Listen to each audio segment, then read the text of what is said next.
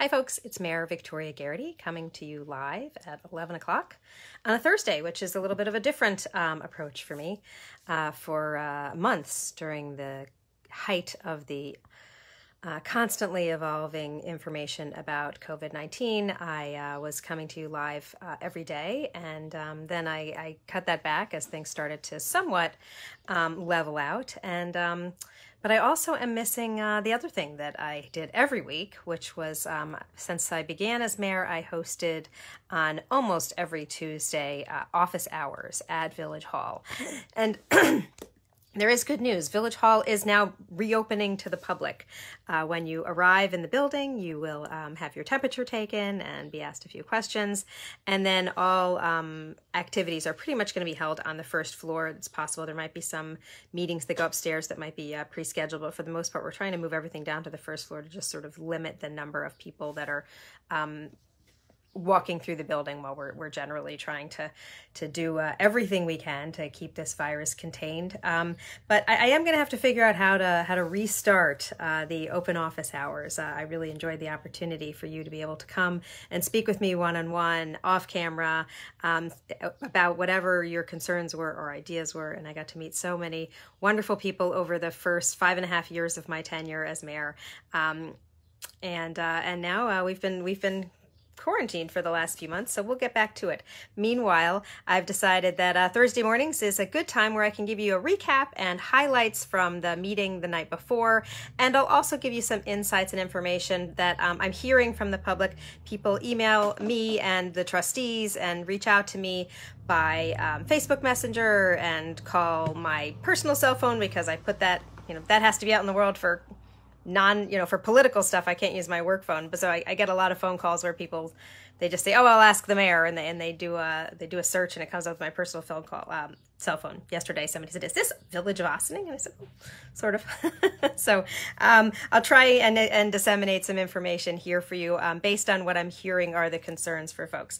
So we'll start with some of the light, fun stuff as things are continuing to open up.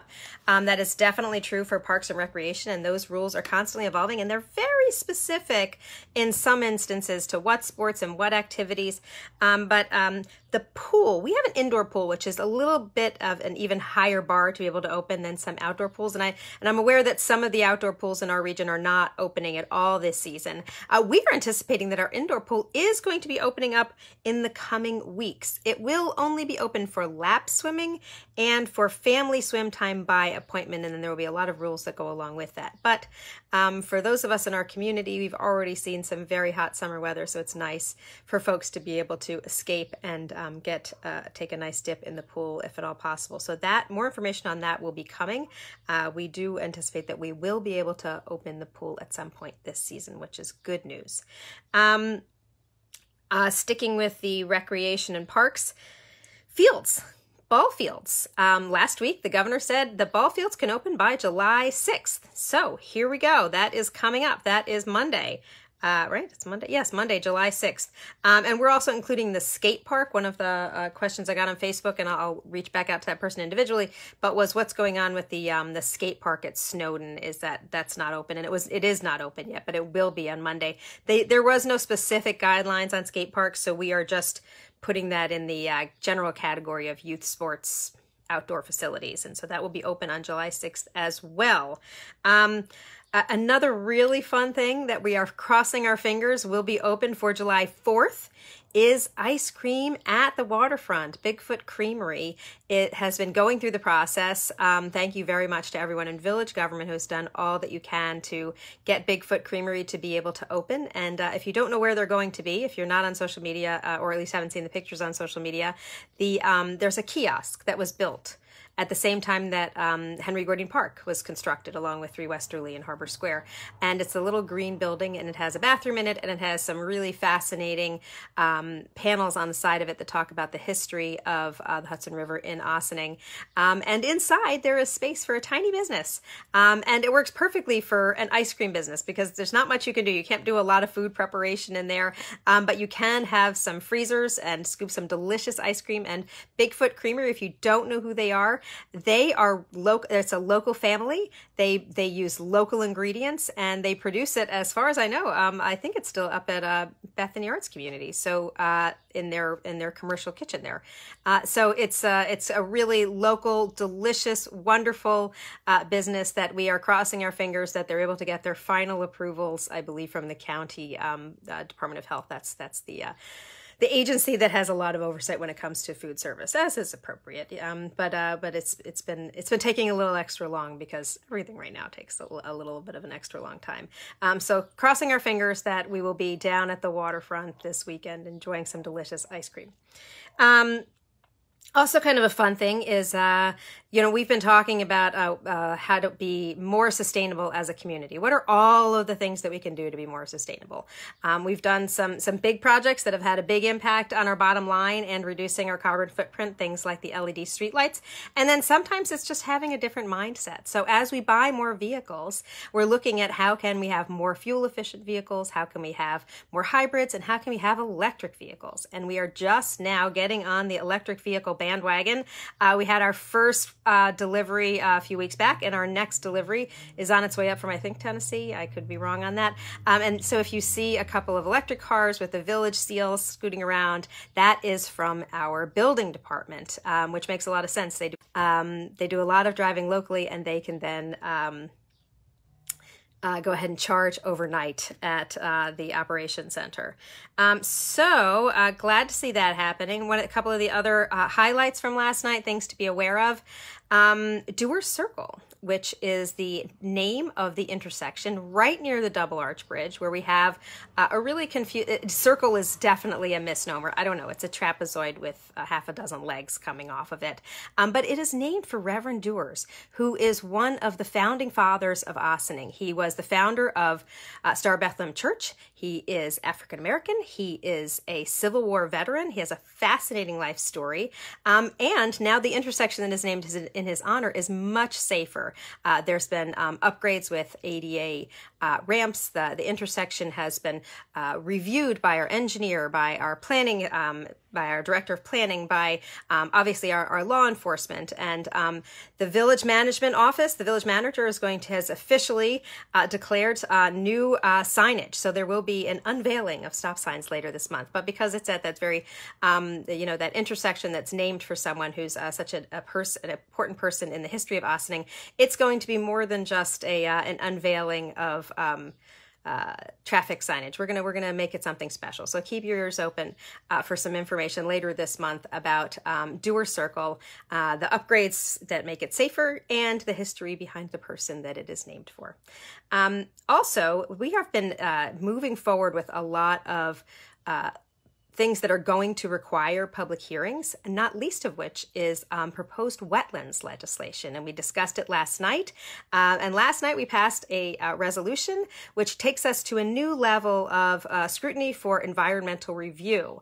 The village board was declared the lead agency, and we are moving forward with the environmental assessment form, which will be shared with the public. This is the beginning of the public engagement. Actually, I shouldn't say that. We've already begun with engaging with a number of stakeholders, including our local environmental advisory council, who did a very thoughtful review for us. And now we're embarking on the state's the SECR process, which is the environmental review. And then it'll come back to us probably in 4 to 6 weeks. We're figuring that out, and we'll determine if it's a positive or negative declaration. The Board of Trustees will. A positive declaration would mean that yes, indeed, there is an environmental impact if we were to move forward with this law. A negative declaration would be if there is no significant environmental impact. And then if it's positive, then that obviously that requires another level of scrutiny. If we're saying that yes, there will be an environmental impact, then that's a higher level of scrutiny. There are a number of interested parties that we will be sharing information with. Meanwhile, they are doing another tweaking of the draft of the proposed legislation. So one of the things we asked for last night was to make that draft available on the village website. There are a number of people who care deeply about environmental protection, and that is what this is designed to do. Wetlands legislation exists in many, many, many communities, including all of those who are our neighbors. And it's a little bit different in some place that has a lot of open space versus some place that is a very densely built environment. but the intention is the same, and that is to create to preserve a safe environment from a development perspective, from an environmental sustainability perspective, and sometimes that just means there's more scrutiny, there's more information that's shared, there's just a higher level of demand. So it's a very interesting piece of legislation. We've been discussing it almost every week for the last couple of months at the village board level, with a lot of guidance from our director of planning and our corporation council, and with a lot of help from our building inspector, because a lot of the work is gonna fall on him, and gotten some great insight from our village engineer and from our consulting engineer. So now we move to the environmental review, and we hope that you will be part of that process. Any law, if we're going to change a village law, that requires a public hearing, which is a little tricky these days. We were cautioned by New York State not to undertake a public hearing for any laws during this time when it's so difficult for people to be able to be heard. But we're getting to a point where we might be able to have some public meetings with some significant spacing, and also many people have gotten to the point where it's even in some ways more convenient to be able to participate virtually. So the goal now should be, as far as I'm concerned, and I think my colleagues agree, is finding a way to take advantage of all of these ways for people to interact and engage with local government. For people to, as soon as we can have a public forum where people can come in person and be heard, stand at the podium, or however it's organized, it might need to be in a larger space where we can spread out, to be able to allow for that, to do it in a safe way, and to allow for people to comment on things virtually. And there are a lot of advantages to all of our Zoom meetings and all of us being able to learn how to take advantage of that, because some people just can't get out of their home for a long list of reasons. Or it's just that they're more likely to show up if they can put their laptop on while they're making dinner or folding laundry, rather than leaving their family and coming and sitting in a room and waiting to be able to speak. So wetlands legislation is one of those public hearings that we will be having as soon as we get to that stage. But in this new world, this new post-pandemic world, when we get to actually being post-pandemic, I do look forward to that. One of the other exciting things that we talked about last night is parking meters. And parking is definitely one of the top things that I hear about, that we talk about, that we try to figure out, and that unfortunately has really stagnated over the year. And part of that is because it is a very it is more complicated and overwhelming than it seems like it should be. But if you have tried to park in any of our parking areas, any of our metered parking recently, you may have noticed that your meter is broken. The meters are so old that we no longer have any more fresh guts to put into the meters to be able to fix them. That works out. Sometimes you get lucky. And then if you don't have quarters and you got a broken meter, well, lucky you got a free parking spot for a couple of hours. But the parking meters actually do serve a purpose. The reason why we have parking meter spaces in the locations that we do is because those are business districts. And the businesses need to have turnover in the parking spaces so that their customers can come and go.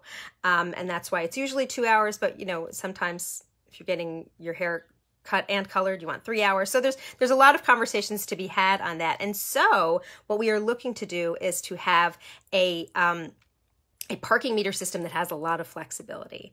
And we're moving forward with looking for an option that allows for people to still pay with quarters. There are still systems that allow you to take quarters as well as pay with a credit card and pay with an app from your phone. And so we're looking forward to being able to have that implemented. It has been something we have discussed, I'm sure, since before I was on the board 8 years ago. And it is more complicated, more expensive, and really needs some guidance from the management office, partnering with so many other departments to make it successful. I think this is actually going to happen. We actually put the money into the right fund last night and approved the resolution, and so we're excited for that to happen. And it also does mean more revenue for the village, and as people are coming back and businesses are coming back, then that's important for us to be able to have some revenue. And any revenue that we get from something like parking meters, where people are being able to take advantage of the public space to park their car, then that's less money that we have to raise in property taxes. So think of it that way. And then the last thing that I have on my list, and if anybody wants to ask me any questions live, you can, and it'll probably pop up on my screen, and I'll do my best to answer it, is some terrific meetings that we have had and are having on environmental studies that are happening in Ossining. You're probably aware that both the Village of Ossining and the Town of Ossining are undertaking comprehensive plan updates. And the Village is a little bit further along on our path, but we have some shared resources for the from an environmental perspective. And yesterday we had a Zoom meeting with representatives from Village and Town and Scenic Hudson. And Scenic Hudson does a lot of terrific work up and down the Hudson River, working with municipalities, providing technical support and insights. And there's more than one way to have terrific things, investments on your waterfront. We know a lot in Ossining about how to take advantage of how to incentivize development that takes advantage of state financing and grants, largely for affordable housing, mixed use, mixed income housing, or developments. We have less information on how do we take advantage of development and investment in our waterfront that includes a significant amount of conservation, or that allows us to preserve some of our coast and our waterfront in a way that maybe doesn't have as much financial potential as some of the other, as what a developer would like. So it might be tough to find somebody to invest in something, in which case, if we're not going to be able to devote a lot of taxpayer dollars to something, it could just languish and become something that's not positive in our community. So we're really, really pleased to be developing a relationship with Scenic Hudson, and grateful that they're up for helping us, being a resource with education and interpreting some of the terrific studies that we've had done in Ossining. So we're going to continue with that relationship. Meanwhile, later this month, all those same folks from the Village and Town that met with Scenic Hudson yesterday are going to have a follow-up meeting with the folks who led the climate adaptive design study that we did last year, which was led by the Cornell Climate Adaptive Design Studio and the Hudson River Estuary program, which is the non-regulatory arm of the state DEC. It's a really in-depth, fascinating exploration of what does climate change look like here in Ossining. And one of the things that we talked about, and that I'm looking forward to understanding more about, is when we talk about flood maps and what that looks like, there are a number of ways to approach it. FEMA is about the most simplistic and not the most detailed, and sort of the dumbed down version, and that's what's most easily accessible to folks if you want to look at what are the flood zones, what's the flood area in Ossining or anywhere in the country. Then there are a couple of other tools that are much more in-depth. Scenic Hudson has a tool that they say is very user-friendly. That's not one that I'm as familiar with. We talked a little bit about it yesterday. And then the tool that was used by the Cornell Adaptive Design Studio, which is the third year or the last year of the graduate students who are doing the investigation and the proposed ideas of how to address the impact of climate change on our waterfront. They use the Columbia tool, which includes not just sea level rise, but also the impact of storms. And that has a huge impact on Ossining. We know we have a lot of tributaries that go into the Hudson. And if you live near any of the, whether it's the Sing Sing Kill or the Spartakill or any of those tributaries that run through our community, the Sing Sing Kill is the one that runs really through the whole, traverses through Ossining. You know that can be severely impacted by storms. Just imagine as the storms keep rising and the sea level keeps rising.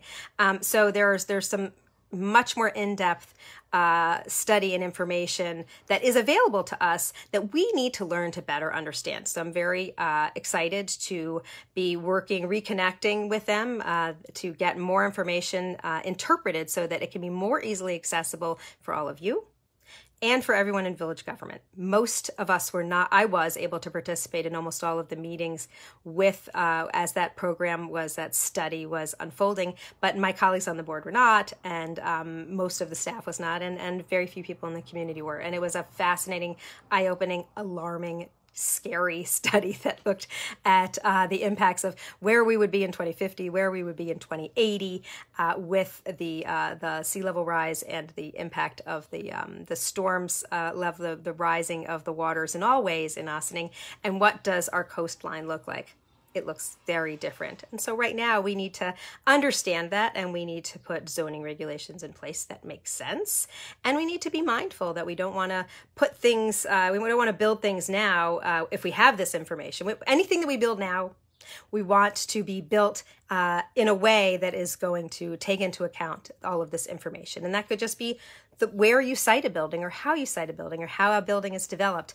But in the absence of having all of the information easily accessible, people might not make as informed a decision as they could. So we're trying to make sure that the village and the town do a great job with our planning, and that we do a great job in any development that is coming our way, to have it be sustainable and resilient for our community to be able to thrive, for my children, grandchildren, and yours.